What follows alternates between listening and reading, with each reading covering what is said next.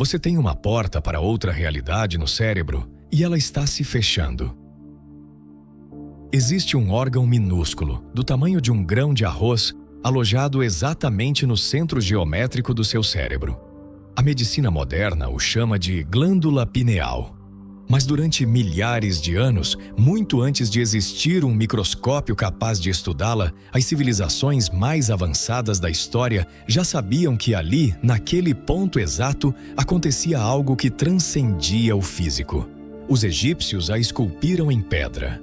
Os hindus construíram toda uma ciência espiritual ao redor de sua localização. Os taoístas a chamaram de Palácio de Niuan. E um filósofo ocidental, séculos depois, apontou-a como o lugar exato onde a alma encontra o corpo.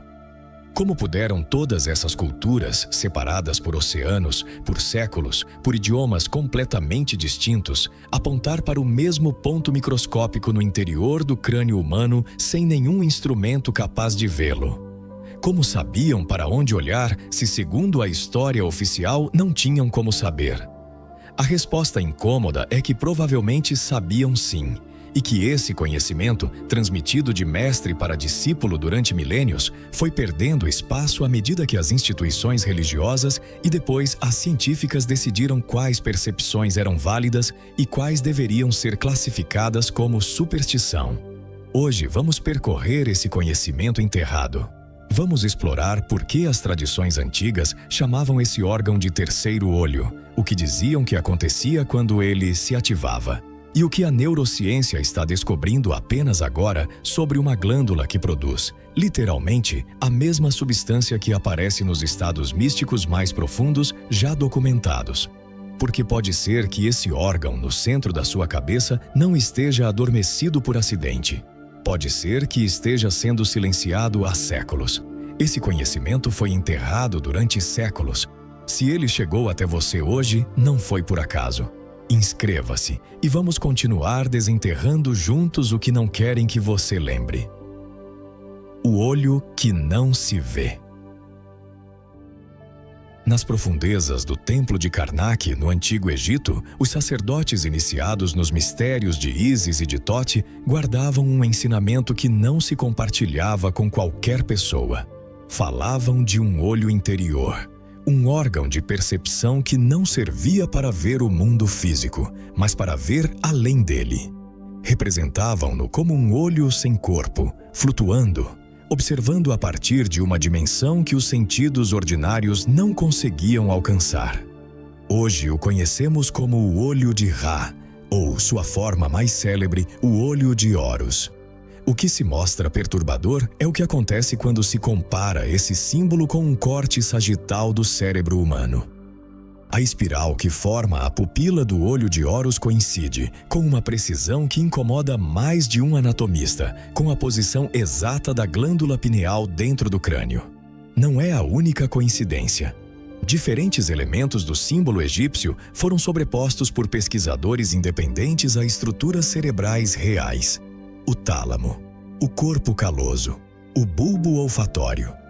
Como se quem desenhou esse símbolo, há mais de 3.000 anos, tivesse tido acesso a um conhecimento anatômico que a história oficial insiste em dizer que não possuíam. No Livro dos Mortos, aquele antigo mapa egípcio rumo ao além, o olho de Horus aparece repetidas vezes como amuleto de proteção, de renascimento, de restauração. Dizia-se que representava a totalidade recuperada, a visão completa que a alma alcança quando transcende o corpo físico. Os sacerdotes o utilizavam em rituais de cura e em cerimônias de passagem para outra vida, como se soubessem que aquele ponto exato do crânio era o limiar por onde a consciência entrava e saía do corpo. Cruzando o oceano de civilizações, na Índia Védica, o ensinamento toma outra forma, mas aponta exatamente para o mesmo lugar. Os yogis e sábios da tradição tântrica falavam do Ajna, o sexto chakra, localizado no centro da testa, bem na linha que se conecta com o centro do cérebro onde reside a glândula pineal. Ajna significa, em sânscrito, perceber, comandar, ir além do conhecimento ordinário. Também era chamado de janela de Brahma. o ponto por onde a consciência individual podia se assomar rumo à consciência universal. Os textos tântricos mais antigos descreviam com surpreendente precisão o que acontecia quando esse centro se ativava plenamente. Falavam de uma luz interior, branca ou dourada, que emergia na escuridão da meditação profunda. Falavam de percepções que não correspondiam a nenhum sentido físico conhecido. Visões de acontecimentos distantes, encontros com planos de existência sutil. Uma sensação de expansão que dissolvia os limites entre o praticante e o universo. Para acessar esse estado, dedicavam vidas inteiras ao pranayama, à respiração consciente e a técnicas de meditação desenhadas especificamente para direcionar a energia vital, o prana, até aquele ponto exato entre as sobrancelhas. Na China, os mestres taoístas desenvolveram seu próprio mapa desse mesmo território interior. Chamaram-no de Palácio de Niuan, uma das câmaras mais elevadas do sistema energético humano, residência do Shen, o espírito puro. A alquimia interna taoísta ensinava técnicas específicas para concentrar a energia nesse ponto, com a convicção de que ali e somente ali era possível alcançar a imortalidade espiritual. Não a do corpo físico, mas a de uma consciência capaz de transcender os ciclos ordinários de nascimento e morte. E no Ocidente, séculos depois de essas tradições orientais já terem cartografado esse território, um filósofo chamado René Descartes chegou, por um caminho completamente distinto, à mesma conclusão surpreendente. Depois de anos de dissecação e estudo anatômico, identificou a glândula pineal como o único órgão do cérebro que não está duplicado, que existe no singular, bem no centro. E declarou que ali, naquele ponto exato, residia a sede da alma racional. O lugar onde o imaterial encontrava o material. Egípcios, hindus, taoístas, um racionalista europeu do século XVII. Culturas que jamais tiveram contato entre si, separadas por milhares de quilômetros e milhares de anos, apontando exatamente para o mesmo ponto microscópico no interior do crânio humano. Isso não pode ser explicado como coincidência. Algo na experiência humana profunda, repetida geração após geração, conduziu essas civilizações rumo à mesma verdade oculta. O que a ciência apenas começa a confirmar. Durante muito tempo, a medicina ocidental tratou a glândula pineal como um vestígio evolutivo sem maior importância. Um órgão menor, quase decorativo. Esse desprezo institucional começou a se romper quando a ciência descobriu algo que nenhuma tradição antiga precisava de um laboratório para intuir. A estrutura celular da glândula pineal é surpreendentemente semelhante à da retina do olho. Os pinealócitos, as células que compõem essa glândula, compartilham uma origem evolutiva e uma composição quase idêntica às células fotorreceptoras que permitem que seus olhos captem a luz. Em certos répteis, essa semelhança não é apenas estrutural. Alguns lagartos conservam literalmente um terceiro olho funcional, localizado na parte superior do crânio, capaz de detectar luz e sombra diretamente, sem passar pelos olhos convencionais. Esse órgão parietal, ativo em espécies que mudaram pouco em milhões de anos, é considerado por muitos pesquisadores um vestígio direto do que no ser humano hoje é a glândula pineal. Dito de outra forma, em algum momento da nossa história evolutiva, tivemos, de forma literal, um terceiro olho, capaz de perceber luz. E ainda que no ser humano esse olho tenha recuado para o interior do cérebro, a evidência sugere que ele jamais perdeu totalmente sua natureza fotorreceptora. Continua respondendo à luz e à escuridão, regulando um dos processos mais fundamentais da sua existência: o ritmo circadiano. O ciclo que determina quando seu corpo desperta e quando descansa. Mas há uma segunda descoberta, ainda mais inquietante. A glândula pineal produz melatonina, o hormônio do sono, a partir de um aminoácido chamado triptofano, que passa primeiro pela serotonina. E nesse mesmo processo bioquímico, seguindo essa mesma cadeia molecular, o corpo humano tem a capacidade de sintetizar dimetiltriptamina, DMT. A substância que alguns pesquisadores batizaram, sem ironia, de molécula do espírito. O DMT é um dos compostos psicodélicos mais potentes conhecidos pela ciência. Presente na ayahuasca, a planta sagrada utilizada durante séculos por xamãs amazônicos para induzir estados de consciência expandida, encontros visionários e experiências descritas como viagens a outras dimensões. E esse mesmo composto, a ciência já confirmou, pode ser sintetizado pelo próprio cérebro humano. O Dr. Rick Strassman, um dos poucos pesquisadores que realizou estudos clínicos autorizados com DMT em seres humanos, documentou experiências surpreendentemente consistentes entre seus participantes, sensações de transcender o corpo físico, encontros com presenças percebidas como inteligentes, uma certeza avassaladora de ter tocado uma realidade mais real do que a ordinária. Strassman chegou a formular uma hipótese difícil de ignorar: que a glândula pineal poderia liberar DMT de forma natural em momentos limite da existência humana, como o nascimento, a morte próxima, o sono profundo e os estados de meditação mais avançados. Há até um dado biológico que beira o simbólico. A glândula pineal começa a se formar no embrião humano por volta da 7ª semana de gestação, aproximadamente 49 dias. Um número que coincide, de forma inquietante, com o período que o budismo tibetano atribui ao bardo. O estado intermediário que a consciência atravessa entre uma morte e o renascimento seguinte. Coincidência, dirão alguns. Mas as tradições antigas nunca acreditaram demais em coincidências. Um estudo da Universidade de Wisconsin observou algo igualmente significativo.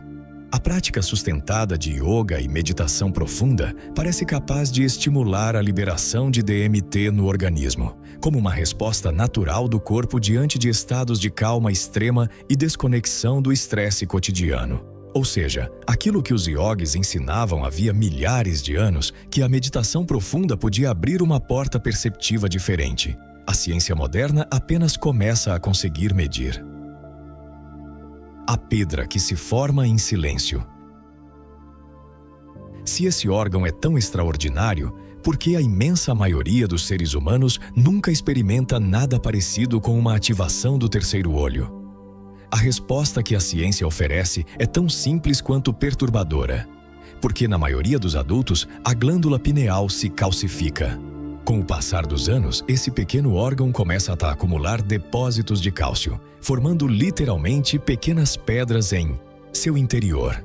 Estudos de imagem confirmaram que essa calcificação é praticamente universal na população adulta e extremamente rara em crianças menores de 10 anos. O tecido mole, sensível, fotorreceptor vai endurecendo, cobrindo-se de uma crosta mineral que limita sua função. Aqui é onde a investigação toma um rumo que muitos prefeririam não encarar de frente. Diversos estudos científicos identificaram que a glândula pineal é, dentro de todo o organismo humano, o ponto de maior acúmulo de fluoreto. Isso não é interpretação esotérica, é um achado documentado na literatura médica.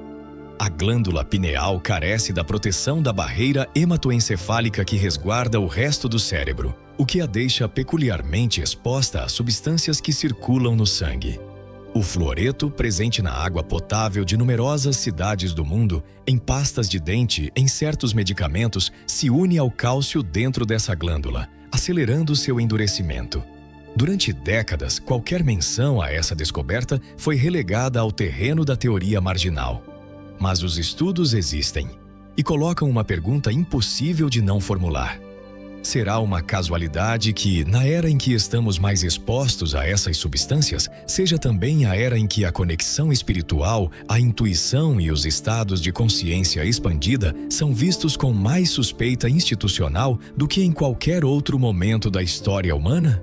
Não é preciso assinar nenhuma teoria de conspiração organizada para reconhecer um padrão mais sutil e talvez mais real.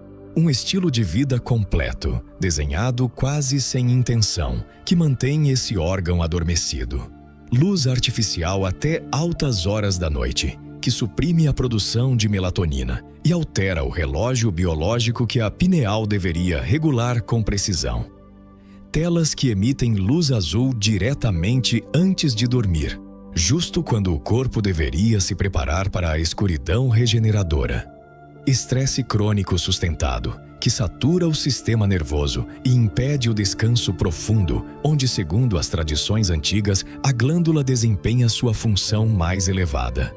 Alimentação industrializada, carregada de aditivos e toxinas que o corpo não reconhece nem sabe processar. Nenhuma dessas coisas apareceu por acaso na vida moderna. E o resultado coletivo é uma humanidade que, silenciosamente, foi apagando o mesmo órgão que seus ancestrais consideravam sagrado. Como despertar o que foi silenciado? As tradições antigas nunca acreditaram que esse processo fosse irreversível. Pelo contrário, desenvolveram durante milênios técnicas específicas voltadas a preservar, fortalecer e despertar a função desse centro. O primeiro pilar, presente em todas as tradições, sem exceção, é a relação consciente com a luz e a escuridão. Os iogues védicos, os monges taoístas e os sacerdotes egípcios concordavam em algo que a ciência moderna confirma com precisão. A glândula pineal precisa de escuridão total para produzir melatonina em seus níveis ótimos e luz solar direta durante o dia para regular corretamente seu ritmo. Dormir em um ambiente completamente escuro, sem nenhuma fonte de luz artificial, e se expor ao sol nas primeiras horas da manhã não é apenas higiene do sono. É, literalmente, uma prática de ativação desse órgão ancestral. O segundo pilar é a respiração consciente. O pranayama da tradição yogi, as técnicas de respiração taoísta, a respiração ritual dos sacerdotes egípcios nos templos do silêncio, todas apontavam para o mesmo mecanismo: direcionar a energia vital, por meio da respiração profunda e sustentada, até o ponto exato entre as sobrancelhas. Praticar respiração consciente durante 10 ou 15 minutos diários, focando a atenção nesse ponto central do crânio, é uma das técnicas mais antigas e mais consistentes através de todas as culturas para estimular essa glândula. O terceiro pilar é a meditação em silêncio e escuridão. Muitas tradições recomendavam especificamente a meditação com os olhos fechados em total escuridão, direcionando o olhar interior, sem forçar, para o centro da testa. Com a prática sustentada, muitos meditadores relatam o surgimento de uma luz interior sutil, às vezes descrita como um ponto violeta ou dourado que emerge na escuridão. As tradições tântricas consideravam essa luz um sinal direto de que o ajna começava a se abrir. O quarto pilar tem a ver com aquilo que você permite que entre no seu corpo. Reduzir a exposição ao fluoreto, filtrando a água que você consome e revisando os produtos de higiene que utiliza, é uma medida prática e acessível. Consumir alimentos ricos em antioxidantes e clorofila, como vegetais de folhas verde escuras, ajuda o organismo a processar e eliminar toxinas acumuladas. Algumas tradições de bem-estar contemporâneo também recomendam o cacau cru, tradicionalmente utilizado em cerimônias espirituais da Mesoamérica por sua capacidade de abrir o coração e aquietar a mente. O quinto pilar, talvez o mais profundo, é o próprio silêncio. Não apenas o silêncio externo, mas o silêncio mental. As tradições antigas concordavam que um terceiro olho não pode se abrir em meio ao ruído constante, à superestimulação e à distração permanente que caracterizam a vida contemporânea. É preciso se retirar, ainda que por alguns minutos ao dia, da avalanche de informação externa, para que a percepção interior tenha espaço para se manifestar. Nenhuma dessas práticas promete resultados instantâneos ou espetaculares. As tradições antigas eram claras quanto a isso. O despertar desse centro era fruto de anos, às vezes de toda uma vida, de disciplina constante. Mas também concordavam em algo esperançoso: que esse órgão, ainda que calcificado, ainda que silenciado por décadas de negligência, nunca deixa de estar ali, esperando. O limiar entre dois mundos. Tudo o que percorremos conduz a uma pergunta mais profunda do que a biologia ou a anatomia. O que significa realmente que exista dentro do seu crânio um órgão capaz de sintetizar a mesma molécula presente nas experiências místicas mais intensas já documentadas?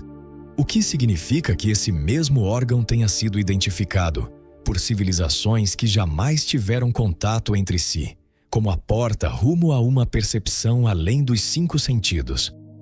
As tradições antigas nunca separaram corpo e espírito da forma tão tajante como a ciência ocidental o fez durante séculos. Para elas, a glândula pineal não era simplesmente um órgão biológico entre outros. Era o ponto exato onde o material e o imaterial se tocavam, o limiar, a dobradiça entre 2 mundos que a mente racional insiste em manter separados, mas que o corpo humano, em seu desenho mais profundo, jamais deixou de conectar. Talvez por isso esse conhecimento foi perdendo espaço com o passar dos séculos. Um órgão capaz de abrir a percepção humana rumo a dimensões que transcendem o material não se encaixava com instituições que precisavam controlar o que é considerado real e o que não é. E assim, pouco a pouco, o que foi sagrado se transformou em vestigial. O que foi estudado nos templos se tornou tema marginal nos laboratórios.